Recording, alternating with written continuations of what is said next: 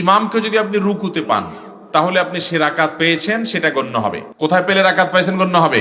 রুকুতে। আল্লাহু আকবার বলে ইমামকে রুকুতে পাইছেন, আপনি আল্লাহু আকবার রুকুতে গেছেন, ইমাম উঠে গেছে, আপনি গেছেন, তারপর ইমাম উঠে গেছে, তারপর আপনি রাকাত পেয়ে গেছেন। কথা কি বুঝাতে পারছি? অতএব রুকুতে পাওয়া পর্যন্ত রাকাত পেয়ে গেছেন, কিন্তু আপনি রুকুতে যাবেন এতক্ষণ ইমাম সাহেব সামিউল আলহামদুলিল্লাহ দাঁড়াই গেছেন, তাহলে আপনার রাকাত গণ্য হয় নাই। যখন রাকাত গণ্য হয় নাই, তাহলে আপনি কি করবেন? ইমামের সাথে শামিল হবেন না দাঁড়ায় পরের রাকাতে যুক্ত হবেন? শামিল হলে লাভ কি? রাকাত তো এটা গণ্য হবে না। সেজদা গিয়ে আপনি তাসবিহ পাঠ করবেন, সব হবে না নাই? অনেক লোক আছে দেখবেন যে দৌড়ায় আসছে ট্রেন ধরার জন্য, আয়সা দেখে ট্রেন ছেড়ে দিছি, মানে ইমাম সাহেব রুকু থেকে উঠে গেছে, এরপর দাঁড়ায় থাকে, আফসোস করে রাকাতটা মিস হয়ে গেল।